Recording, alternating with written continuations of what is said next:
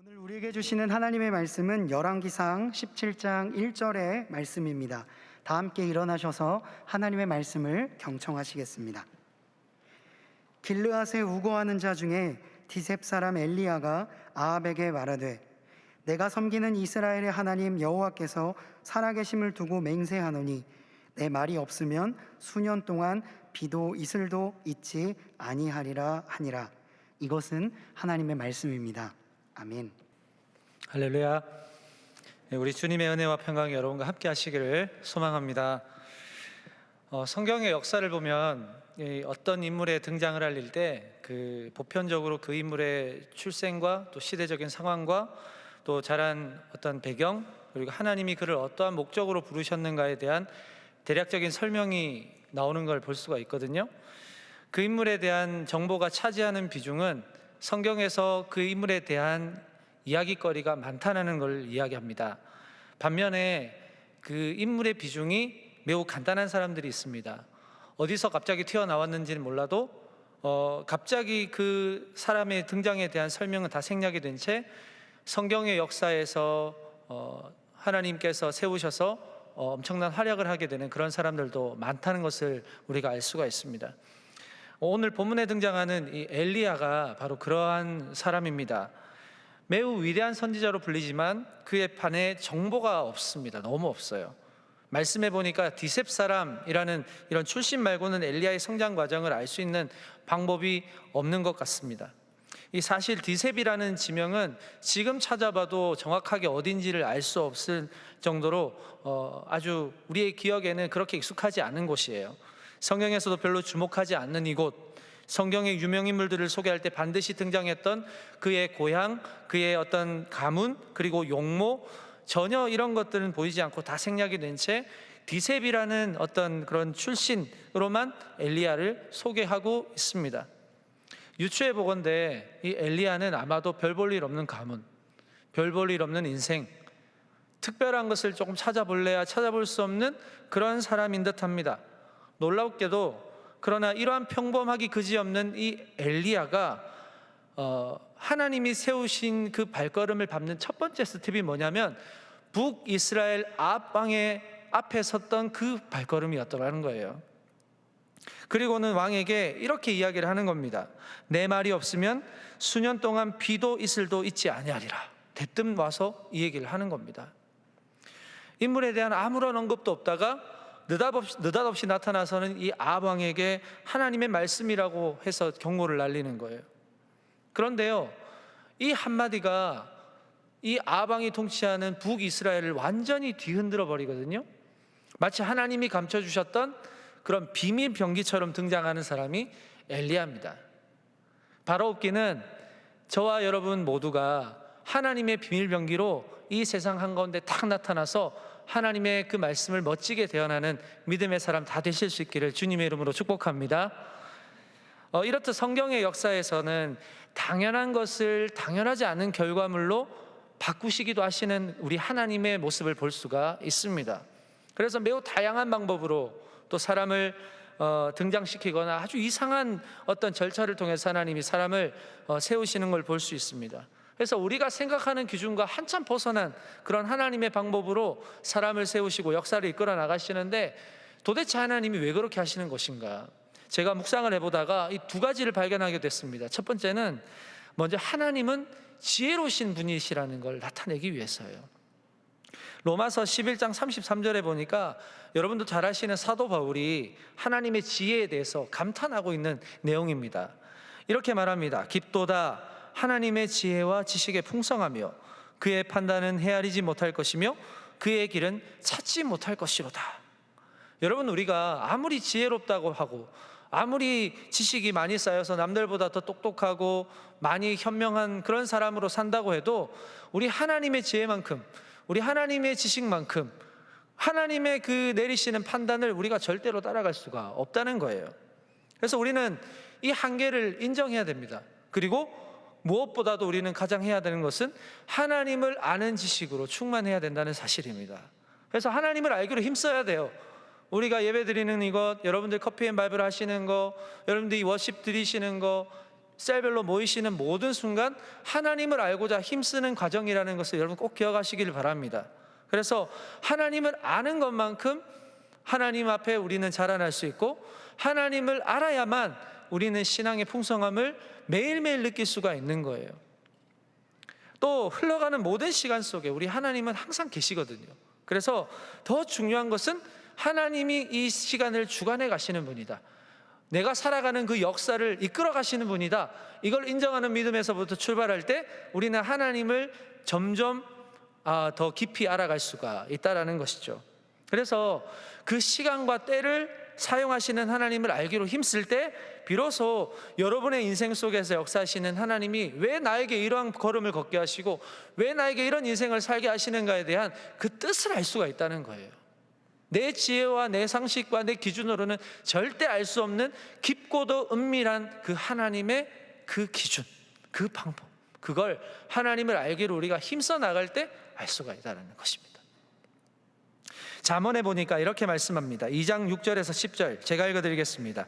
여호와 경외하기를 깨달으며 하나님을 알게 되리니 대저 여호와는 지혜를 주시며 지식과 명철을 그 입에서 내시며 그는 정직한 자를 위하여 완전한 지혜를 예비하시며 행실이 온전한 자에게 방패가 되시나니 대저 그는 정의의 길을 보호하시며 그의 성도들의 길을 보전하려 하심이니라.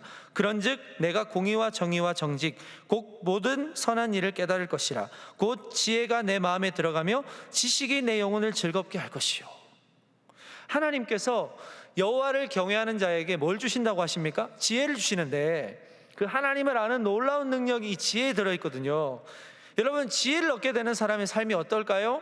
행실이 온전한 자에게는 방패가 되시고 정의의 길을 보호하시고 또 성도의 길을 보전하신다. 그리고 내 영혼을 즐겁게 한다. 하나님이 왜 우리를 통해서, 저와 여러분을 통해서 당신을 경외하도록 하실까요? 하나님이 갖고 계신 게 되게 많거든요. 그 중에서 하나님이 그 갖고 계신 것을 우리가 다 받을 수는 없겠지만 하나님이 가지고 계신 걸 우리에게 주시고 싶어 하시기 때문이에요.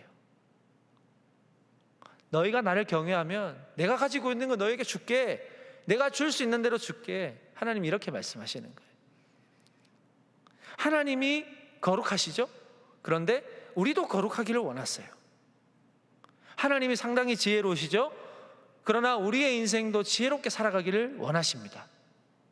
목적은 하나예요. 저와 여러분과 즐겁게 공유하고 즐겁게 교제하기 위해서 우리 하나님 그걸 원하시거든요. 어쩌면 당연한 것이죠. 당신의 형상대로 우리를 지으셨는데 이런 우리 지으신 피조물이 하나님과 닮지 않는다면 하나님 지으실 이유가 어디 있겠어요? 자, 하나님이 이처럼 다양한 사람들을 당신의 방법으로 세우시는 두 번째 이유는 뭘까요? 하나님의 기준은 세상과 다르다는 걸 알게 하시기 위해서예요. 여러분, 구약의 아브라함을 아세요?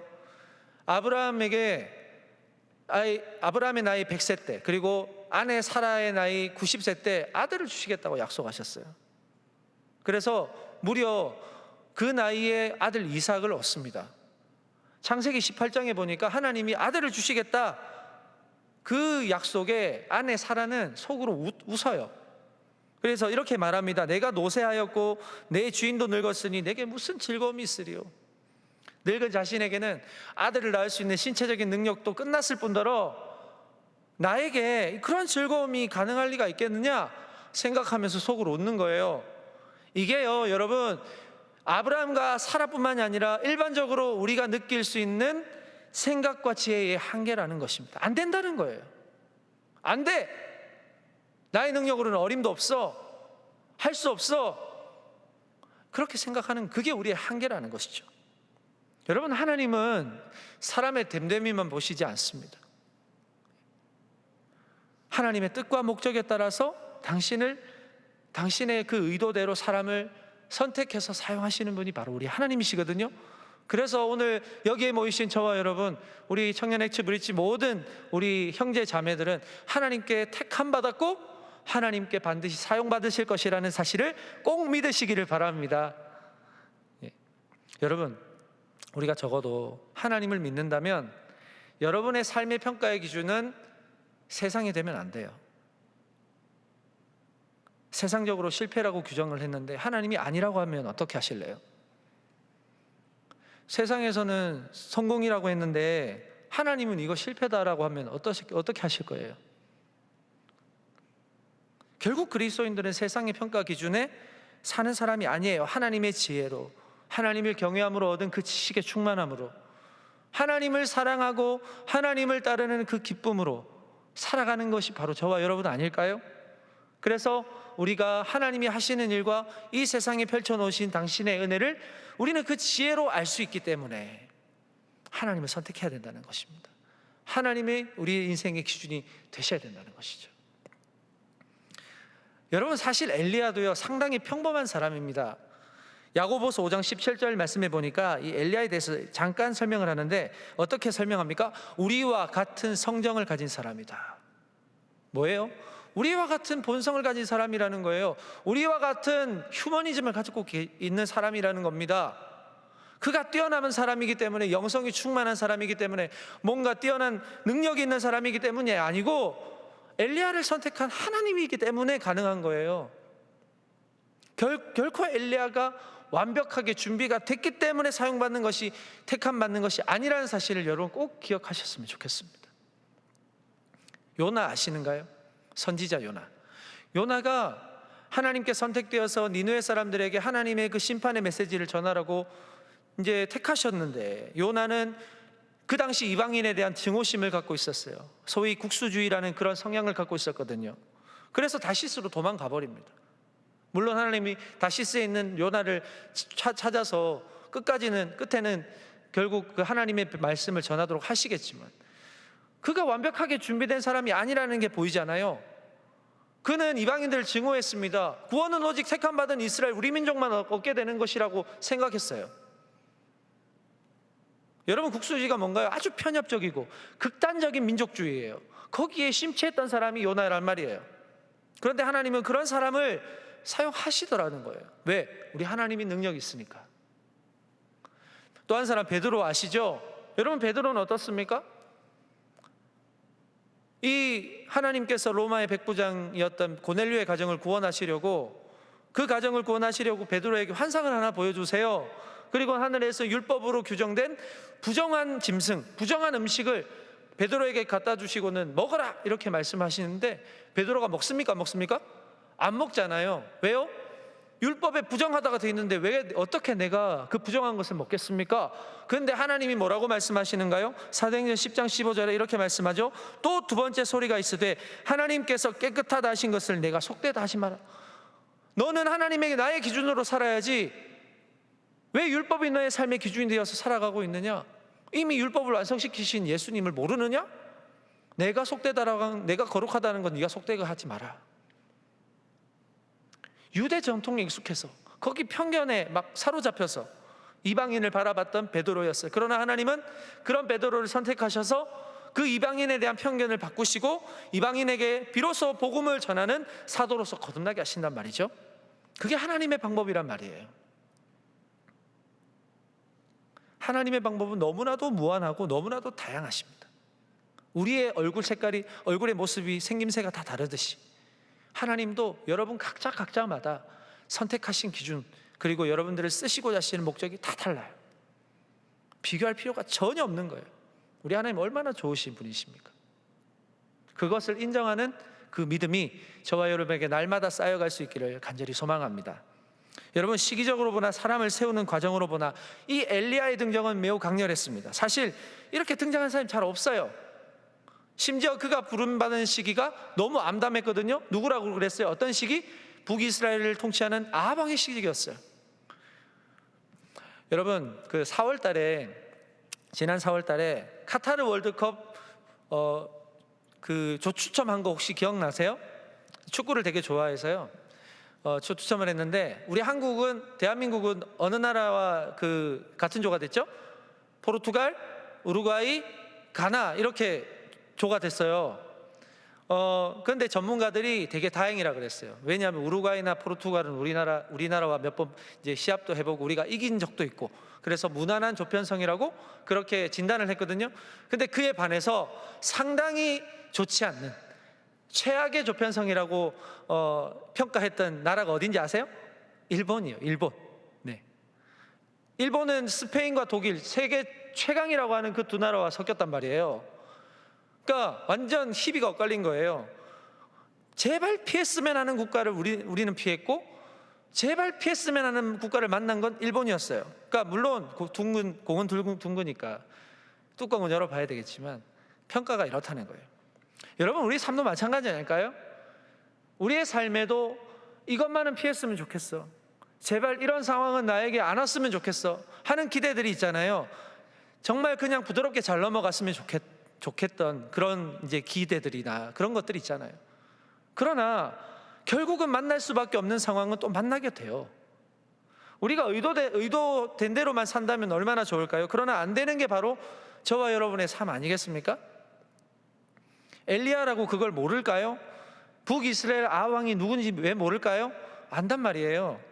그런데 하필 그 시대에 자신이 하나님께 선택받아서 선지자로 세워질 줄 어떻게 알았겠어요? 몰랐다는 거예요. 여러분, 아합 왕은 이스라엘 왕 중에 악하기로는 거의 1, 2등을 다투는 왕 아닙니까? 이 정도 왕이니까 이스라엘 상황이 어땠는지 대충 짐작은 되시죠? 당시 이 이스라엘의 상황이 어땠는지 잠깐 들여다보면 아합 왕이 통치하는 이 북이스라엘은 주변국과 상당히 국경이 맞닿아 있었기 때문에 어쩌면 다른 국가와 서로 왕래가 가능했어요. 그리고 중요한 건 그 영토 안에, 북이스라엘 영토 안에는 수많은 가나안 원주민들이 살고 있었습니다. 여러분, 출애굽기에 보시면 출애굽기에서 가나안 땅 그 모세 다음에 이제 리더였던 여호수아에게 가나안 땅을 정복하라고 하였을 때, 여호수아가 정복 전쟁을 할 때 그 모든 가나안 원주민들 다 몰아내라고 했는데 다 몰아내지 못해요. 그래서 남아있는 그 원주민들과 같이 살게 되었단 말이에요. 불편한 동거를 하게 됐단 말이죠. 그런데 지금까지도 그 불편함들이 가시지 않고 스물스물 종교적으로 문화적으로 이 이스라엘 백성들에게 영향을 끼치면서 살아왔다는 것입니다. 그런데 아합 왕은 이런 원주민들, 이방인들 몰아내는 것이 아니라 오히려 이들을 이용해요. 국경과 인접한 나라를 포함해서 이 북이스라엘 안에 있는 이방의 민족까지 다 통합시키는 종교 관용 정책을 씁니다. 전략적으로 이 북이스라엘과 주변의 국가와 연합을 도모하고, 그리고 자신의 영향력을 넓혀가려고 하는 그런 정치적인 야욕이 있었다는 거예요. 그 가운데 여러분, 최악의 선택이라고 할 수 있는 게 뭘까요? 바로 시돈 사람 이세벨을 아내로 맞이한 거예요. 시돈 사람 이세벨은 들어보셨죠? 얼마나 악한 여왕입니까? 그렇죠? 당시 이 시돈이라는 지역은 지중해에서 매우 부유한 국가였습니다. 그리고 군사적으로도 매우 강한 나라였어요.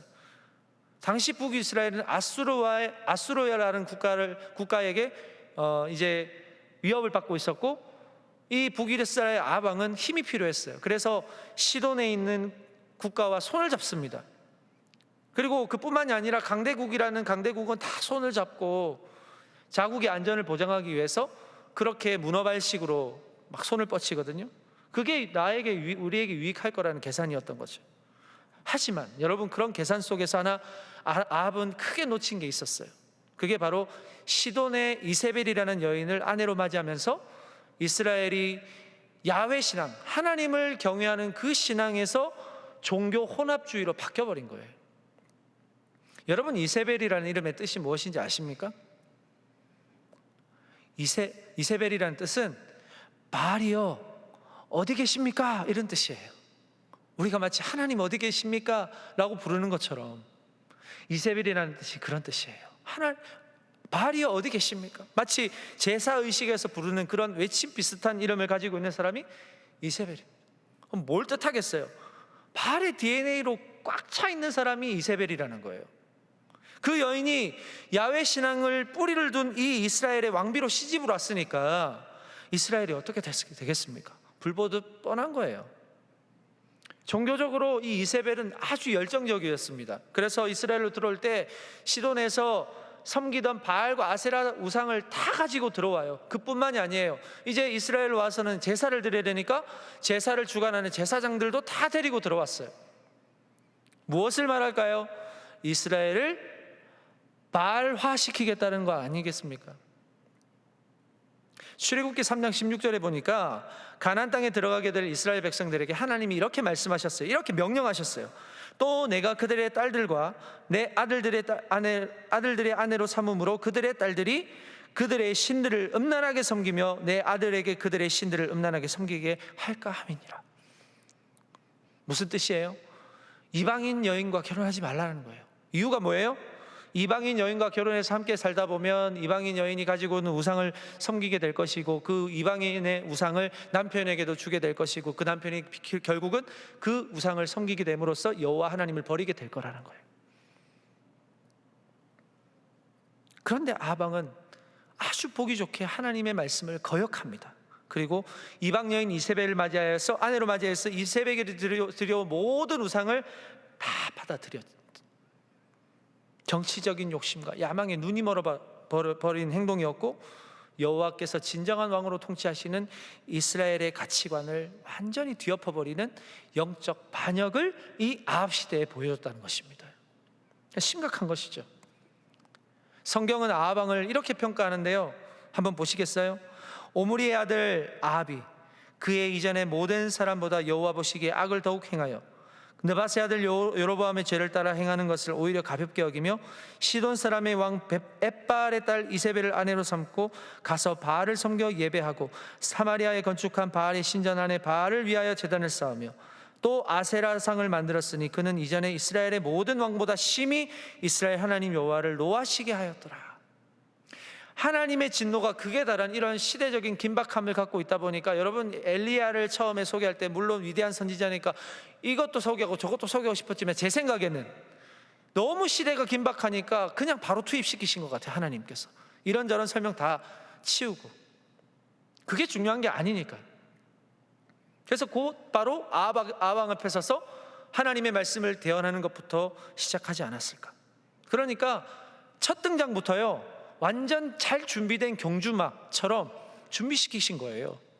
한치의 망설임도 없이 아방이라는 이 거물 앞에서 경고장을 막 날리는 그런 엘리야의 모습을 볼 수 있지 않습니까? 자, 그런데요 여러분, 아무리 이 엘리야에 대한 설명이 빈약하다고 해도 하나님이 엘리야를 선택하실 만한 근거를 한 가지 찾아볼 수 있는 것 같아요. 바로 그 이름이에요. 엘리야, 무슨 뜻일까요? 나의 하나님은 야훼 한 분이십니다, 이 뜻입니다. 엘은 하나님이고 리는 나의라는 뜻이고 야는 야훼라는 뜻이잖아요. 합치면 나의 하나님은 여호와이십니다, 이런 뜻이에요. 그러니까 아방 앞에 섰을 때 하나님이 따로 뭐 말씀을 대언하라 안 해도 나 엘리야요 하면 그냥 나의 하나님은 여호와 한 분입니다, 이 이름이니까 그냥 아방에게 선전포고 하는 거예요. 하나님께서 여러분 어떤 명분도 없이 그냥 제비뽑기 하듯이 사람을 택하시는 분이 아니거든요. 우리 하나님 상당히 정확하신 분이시거든요. 상당히 섬세하신 분이시거든요. 서두에서 말씀드린 것처럼 이 엘리야의 출생은 디셉이라는 지역입니다. 듣도 보도 못한 지역이에요. 지금도 찾기 어려운 동네예요. 여러분, 그러나 엘리야의 경우에도 이런 하나님의 선택을 받고 아방에게 서기 전에 그 시간을 우리가 알 수 없잖아요. 그러나 우리 하나님은 분명히 그를 야훼 신앙이 불에 활활 타고 있을 그때 그 불을 끌 수 있는 소방수로서 등판시키셔서 그 하나님의 말씀을 대언하고 그 왕 앞에서 당신의 뜻을 보여주시기 위해서 얼마나 수많은 시간 동안 그를 연단시키고 훈련시키셨겠어요. 그 생각을 하니까 되게 뭉클하더라고요. 얼마나 힘들었을까. 그냥 왕 앞에서 하나님 말씀을 대언해라고 했을 때 웬만한 믿음 아니면, 웬만한 뚝심 아니면 누가 이걸 하겠어요? 그죠? 사람이 기계도 아니고 입력하면 그냥 딱 나오는 그런 존재가 아니잖아요. 그죠? 여러분, 하나님의 사람은 어떤 형태로든지 하나님의 목적과 당신의 계획에 따라 분명히 쓰임 받을 줄로 믿으시기 바랍니다. 다만 우리가 기억해야 되는 건 뭐예요? 시간은 우리 게 아니라는 거예요. 우리가 계획한 시간, 우리가 계획한 어떤 뜻, 물론 중요하지만 그걸 들어 쓰시는 분은 하나님이시라는 거예요. 가장 정확한 시간에 여러분을 들어 쓰실 분은 이 세상이 아니에요. 어떤 높은 지도자가 아니에요. 여러분의 하나님이시라는 이야기입니다. 하나님이 여러분들을 들어 쓰실 거예요. 그걸 위해서 여러분들이 지금 준비하고 있는 것 아니에요? 하나님을 신뢰하고 우리가 살아가야 하는 삶의 모든 순간을 통해서 선하게 역사하실 그 하나님을 끝까지 따라가는 게 지금 중요한 거예요. 날마다 말씀 앞에 우리의 영혼이 깨어있는 것이 중요하다는 이야기예요. 엘리야가 그런 시간 안 겪었을까요? 다 겪었다는 거예요.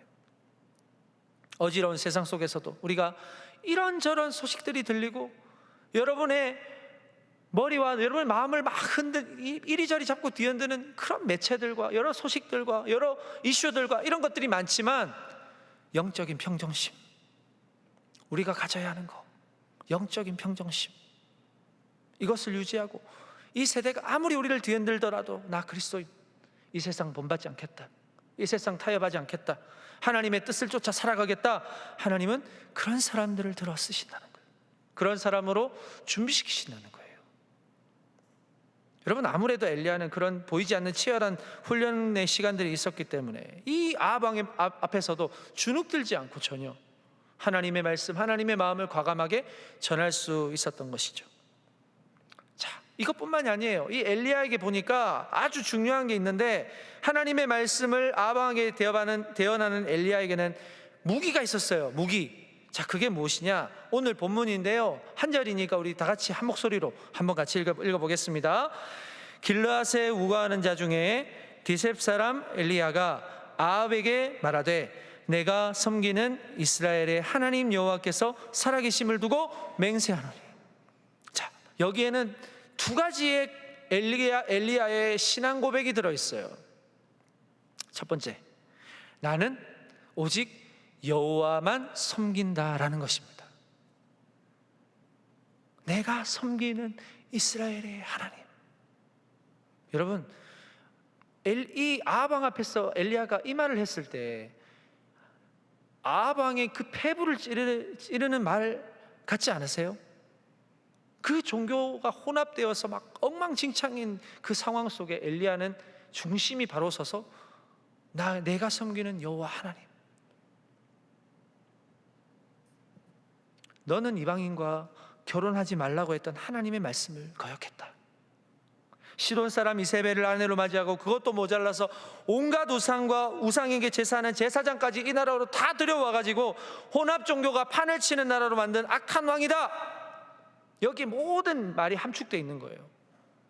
네가 언제까지 이렇게 하나님 앞에서 악을 행하겠느냐? 네가 돌이키든지 아니면 종교 혼합주의로 먹칠을 하든지 선택은 너의 몫이지만 네가 결정한 것은 반드시 그 대가를 치르게 될 거야. 매우 혹독하게 치르게 될 거야. 네가 아무리 이스라엘의 왕이라고 떵떵거려도 결국 진정한 이스라엘의 왕은 너가 아니야. 바로 여호와 하나님이셔. 하나님을 오직 유일한 여호와로 섬길 때 복을 누리는 나라가 바로 이 나라야. 이스라엘이야. 나는 그래서 오직 여호와 하나님만을 섬길 거야. 신앙 고백이 들어있는 거예요. 엘리야는 생사가 오가는 이런 선택의 기로 앞에서 한치의 망설임도 없어요. 여호와 하나님만을 섬기는 사람으로 지금 아합 왕 앞에 서 있는 것입니다. 자, 그런가 하면 신앙 고백 두 번째는 뭘까요? 이스라엘의 하나님은 지금도 살아계시다는 거예요. 그걸 이야기하고자 하는 거예요. 이스라엘의 하나님은 지금도 살아있다. 내가 섬기는 이스라엘 여호와께서 살아계심을 두고 맹세하노니.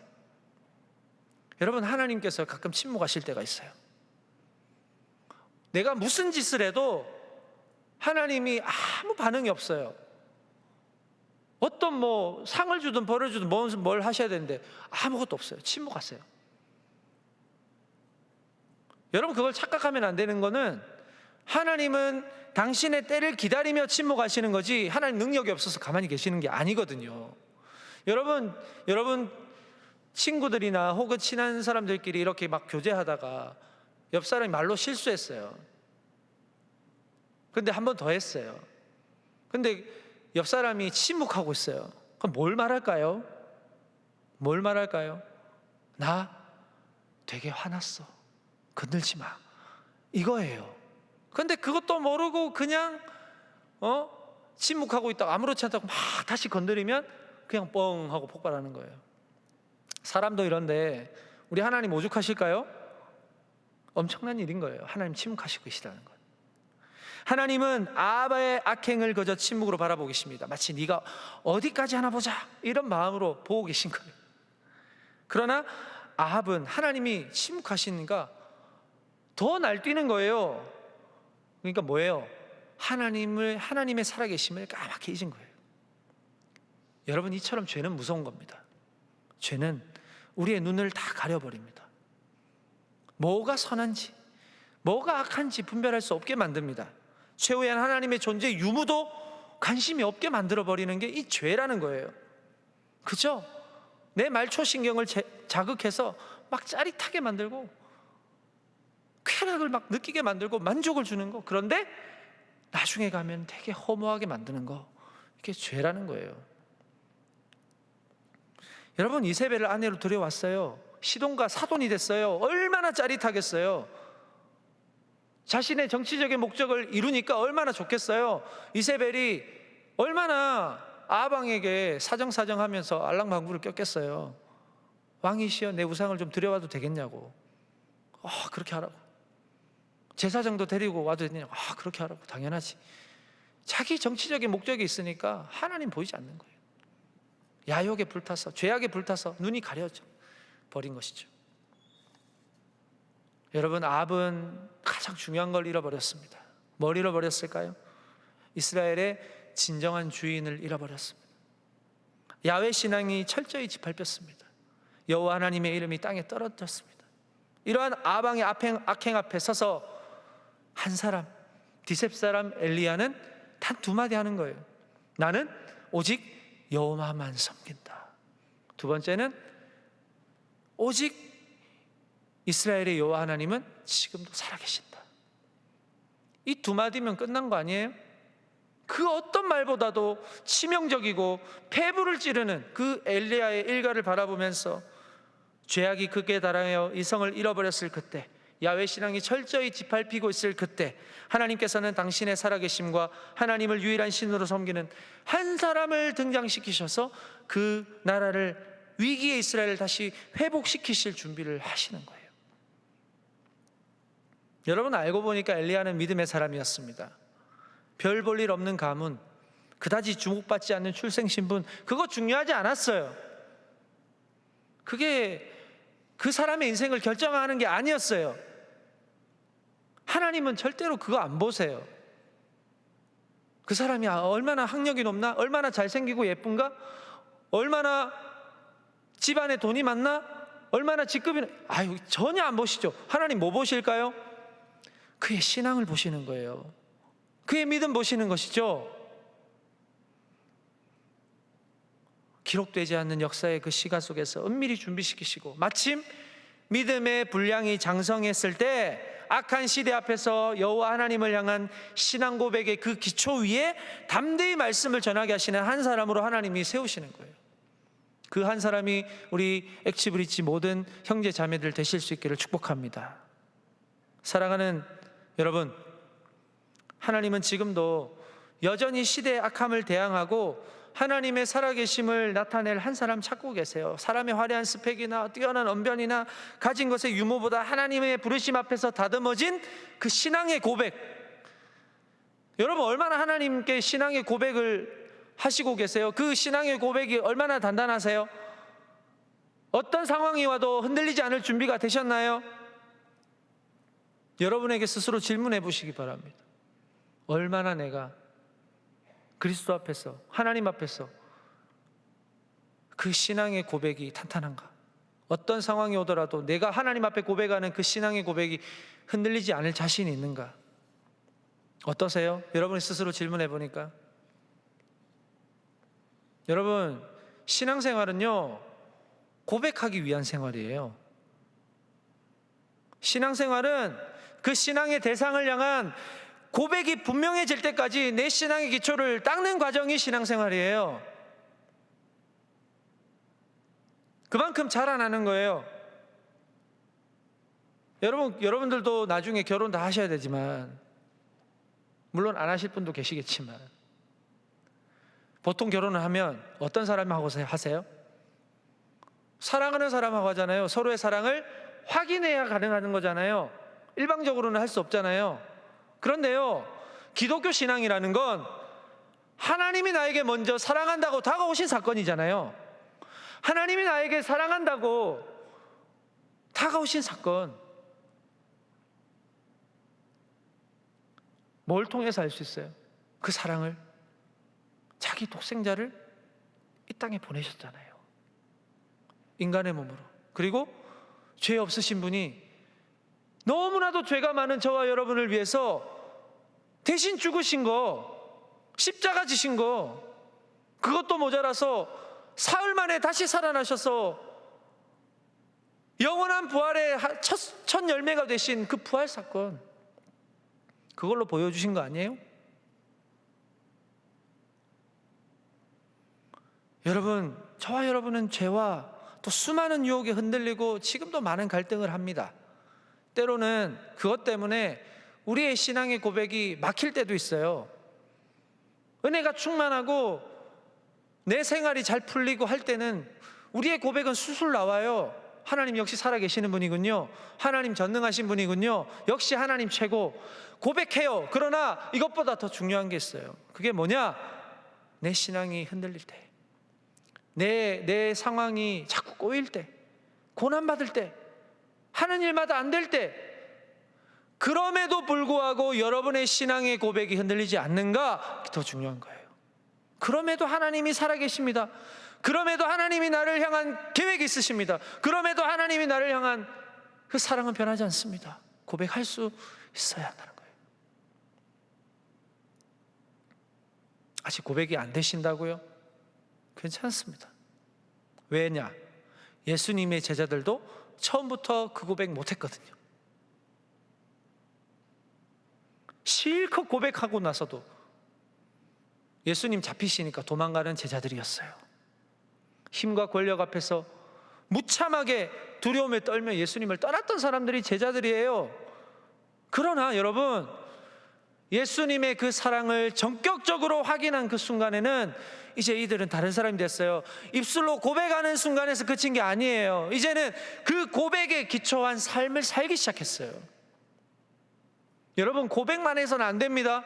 그 고백이 여러분의 신앙의 단단한 기초가 되어서 그 고백을 향한 삶으로 살아야 되는 거예요. 내가 하나님을 믿습니다. 믿는 사람답게 살아야 되는 거예요. 이제는 더 이상 악을 악으로 갚으시면 안 돼요. 정의에는 맞서 싸워야죠. 그러나 하나님 예수 그리스도께서 우리를 사랑하셔서 자기 목숨을 버리신 그 사랑을 우리는 닮아가야 돼요. 이제 선으로 악을 갚아야 돼요. 그 사람을 변화시켜야 돼요. 신앙의 고백의 기초가 단단하게 서 있는 사람이 해야 되는 일이라는 것입니다. 더 이상 나는 세상의 기준에 맞춰진 사람이 아니라는 거예요. 하나님이 나에게 지혜 주셔서 때마다 시마다 나에게 분별력을 주셔서 죄가 머무는 곳엔 가지 않고 타협하지 않고 이 세상 성공을 위해서 달려가는 사람보다는 이 세상 성공을 위해서 내가 하나님 앞에, 성공하고 나서 내가 하나님 앞에 무엇을 위해서 내가 성공해야 될 것이냐에 대한 질문이 먼저 서 있는 사람, 그게 더 중요한 거 아닐까요? 신앙의 고백에 기초한 사람은 무수히 우리를 괴롭히는 죄악의 유혹과 갈등 속에서 살아갈 겁니다. 그러나 변함없이 우리 앞에 서 있는 예수님은 절대로 우리를 떠나지 않으세요.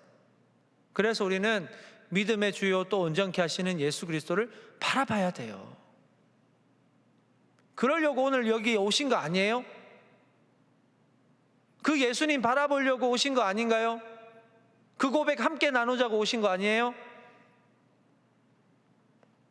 한 번 넘어졌다고 절망하고, 한 번 시험 들었다고 교회 안 오고, 한 번 시험 들었다고 친구에게 상처받았다고, 여러분, 그건 하나님을 떠날 이유가 못 돼요. 그건 이유가 될 수 없어요. 우리 하나님은 그 모든 걸 다 덮으실 수 있는 분, 나를 향한 무한한 계획을 갖고 계신 분, 저마다 다양한 목적을 갖고 접근하시는 분, 여전히 여러분의 시간을 침투하셔서 여러분과 동행하시는 분, 그분이 우리 하나님이시잖아요. 그분을 믿기 때문에 우리는 모든 걸 참고 모든 걸 견딜 수 있는 거 아니에요? 그게 사랑의 본질 아니에요? 사랑하려고 여기 오신 거 아닌가요? 사랑하는 여러분, 우리의 입술에서 주님을 향한 단단한 신앙의 고백이 터져 나올 때까지, 환난과 고통 중에도 오직 예수님이 나의 유일한 구원이며 소망이 되심을 믿음으로 고백할 수 있는 그날까지, 그 고백이 기초 위에 하나님 나라를 일할 그 시간 속에 변함없이 우리 주님은 여러분과 함께 하신다는 사실을 꼭 기억하시기 바랍니다. 나의 시간 속에 침투하셔서 나를 다듬어 가시고 온전히 세우셔서 당신의 영광을 위해 나를 사용하시고, 나도 그 고백한 대로 살아갈 수 있는, 고백에 걸맞는 사람이 될 수 있도록 나를 쳐서 복종시키는 그 훈련의 시간을 통해서 하나님의 최종 병기, 엘리야처럼 위급한 시기에 하나님의 말씀을 대언할 수 있는, 하나님의 마음이 머무는 그곳으로 내가 갈 수 있는 그 사람이 될 수 있도록, 지금도 여러분은 하나님이 그렇게 붙잡고 훈련시키시는 중이라는 것입니다. 한 사람도 예외 없이 여러분들 사용하실 거예요. 너무나도 다양하고 멋지게 사용하실 거예요. 그 주님을 이번 한 주도 굳게 믿고 여러분의 그 신앙의 고백, 여러분들 스스로에게 질문하며 그 하나님의 말씀에 비추어서 그 신앙의 고백이 점점 탄탄해지는 그런 여러분의 삶이 되셨으면 좋겠습니다. 혹시 반주가 좀 가능할까요? 우리 눈을 감고요, 잠깐 기도했으면 좋겠는데요. 질문 드린 것처럼 내 마음에 주를 향한 신앙의 고백이 뭐가 있는지, 나는 주님을 향한 어떤 신앙 고백을 하고 있는지 여러분 스스로에게 좀 질문 던져 보셨으면 좋겠어요. 내가 어떤 기초로 살아가는가? 믿음의 기초는 나는 어떤 상태인가? 엘리야가 고백했듯이 나는 오직 여호와 하나님 한 분만을 섬긴다. 지금도 여호와 하나님은 살아계신다. 그 불의의 땅에서 담대하게 고백했던 것처럼 나는 어떠한 하나님을 바라보며 살아가고 있는지, 그 어떠한 하나님을 고백하고 있는지, 내 신앙의 바탕은 어떠한 상황인지, 여러분의 그 상황 자체를 자책하실 필요는 없어요. 다만 하나님께서 여러분들을 다듬어 가시고 계시는 그 과정 속에 있다는 사실은 분명합니다. 기도하실 것은, 하나님, 나의 이러한 신앙의 기초가 주님의 그 사랑으로, 주님의 그 은혜로 힘입어 점점 단단해지는 내 인생 되기 원합니다. 그냥 입술로만 고백하고 끝나는, 그냥 바람만 불면 날려가는 그런 신앙의 고백이 아니라 이제는 고백한 대로 살아보겠습니다. 여전히 유일하신 주님 예수 그리스도를 나의 구원자로 삼고 내가 살아보겠습니다. 어떤 상황이 오더라도 흔들리지 않고 넘어지지 않는 신앙의 고백자로 살아보겠습니다. 하나님이 그럴 때 나를 만들어 가시고 나를 주의 의의 병기로 이 세상 가운데 나를 사용하실 줄로 믿습니다. 한 1분 정도 여러분에게 질문하며 하나님 앞에 그렇게 결단하며 함께 기도하시겠습니다. 하나님 감사합니다. 주님 인도하여 주시고 우리 인생 가운데 나타나신 아버지 하나님, 우리의 모든 배경이나 상황 상관없이 여전히 하나님 한 분을 담대하게 고백할 수 있는 그 인생이라면 여전히 참으로 귀한 인생임을 고백합니다. 우리 엑치브리지 모든 형제 자매들의 마음속에 그런 고백의 기초가 온전해지기를 원합니다. 점점 단단해지기를 원합니다. 때로는 넘어지고 시험에 들더라도 그 고백이 흔들리지 않도록, 그 고백이 놀라운 반석이 되어서 시간 가운데 역사하시는 그 주님의 선택을 따라 담대하게 믿음의 걸음을 잘 걸어갈 수 있는 우리 주님의 귀한 자녀들이 될 수 있도록 인도하여 주시옵소서. 하나님 아버지, 여전히 시간을 주관하시고 그 시간을 가장 아름답게 사용하시는 하나님을 찬양합니다. 연약한 사람을 선택하시어 놀라운 신앙 고백 기초 위에 담대히 하나님의 영광을 드러내게 하시는 하나님, 오늘 우리로 자녀를 택하셔서 삶의 많은 갈등과 죄의 유혹에 노출되면서도 그 시간 속에서 하나님이 다듬어 가시고 만들어 가시는 은혜 속에 살아감을 기억하게 하여 주옵소서. 하나님이 그 시간에 우리를 비밀 병기로, 하나님의 군사로, 이 세상 권세와 맞설 믿음의 사람으로 성장하게 하실 줄로 믿습니다. 우리 모든 엑지브리지 모든 형제 자매들에게, 그리고 성도들에게 그러한 강한 기대와 소망을 갖도록 주님 역사하여 주옵소서. 예수님의 이름으로 기도합니다. 아멘.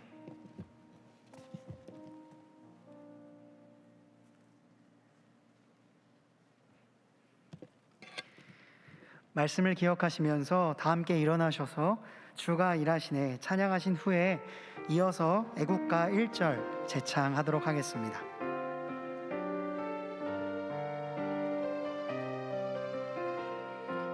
함께 찬양합시다. 날이 저물어 갈 때, 날이 저물어 갈 때, 빈들에서 걸을 때, 그때가 하나님의 때. 내 힘으로 안 될 때, 빈손으로 걸을 때, 내가 고백해 여호와 이래. 다시 한번 찬양하겠습니다. 날이 저물어 갈 때, 날이 저물어 갈 때, 빈들에서 걸을 때, 그때가 하나님의 때.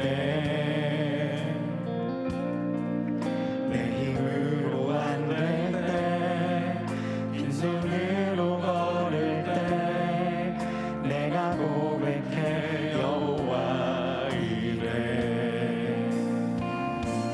주가 일하시네, 주가 일하시네, 주께 아끼지 않는 자에게. 주가 일하시네, 주가 일하시네, 신뢰하며 얻는 자에게. 우리 2절로 찬양하겠습니다. 우리 모인 이곳에 주님 함께 계시네, 누리네 아버지 은혜. 적은 떡과 물고기 내 모든 걸 드릴 때, 모두 고백해 여호와. 우리 함께 믿음으로 선포합니다. 주가 일하시네, 주가 일하시네, 주가 일하시네, 주께 아끼지 않는 자에게. 주가 일하시네, 주가 일하시네, 신뢰하며 걷는 자에게. 주가 일하시네, 주가 일하시네, 주가 일하시네, 주께 아끼지 않는 자에게.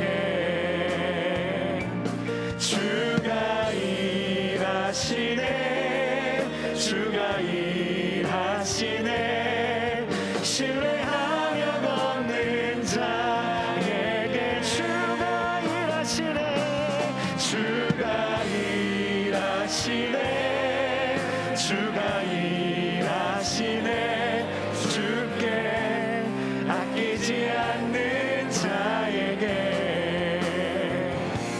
주가 일하시네, 주가 일하시네, 신뢰하며 걷는 자에게.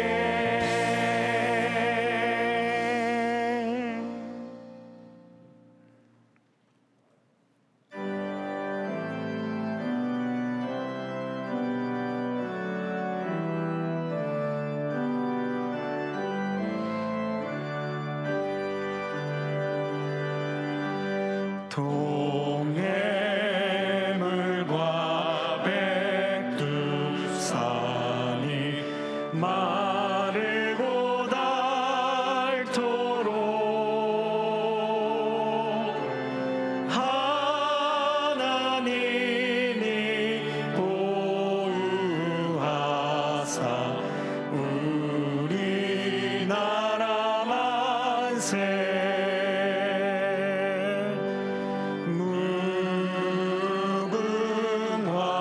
삼천리 화려한 삶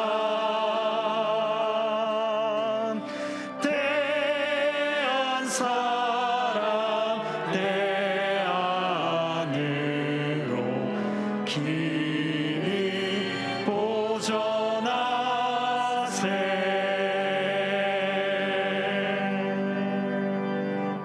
8월 이달의 말씀을 함께 믿음으로 선포하시겠습니다. 하나님께 가까이 함이 내게 복이라. 내가 주 여호와를 나의 피난처로 삼아 주의 모든 행적을 전파하리이다. 아멘.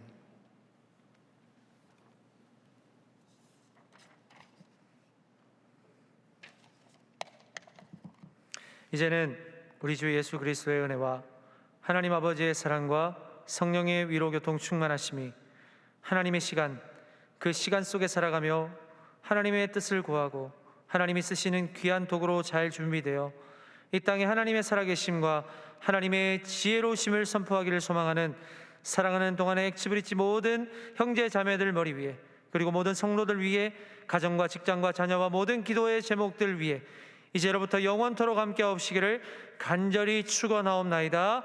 아멘.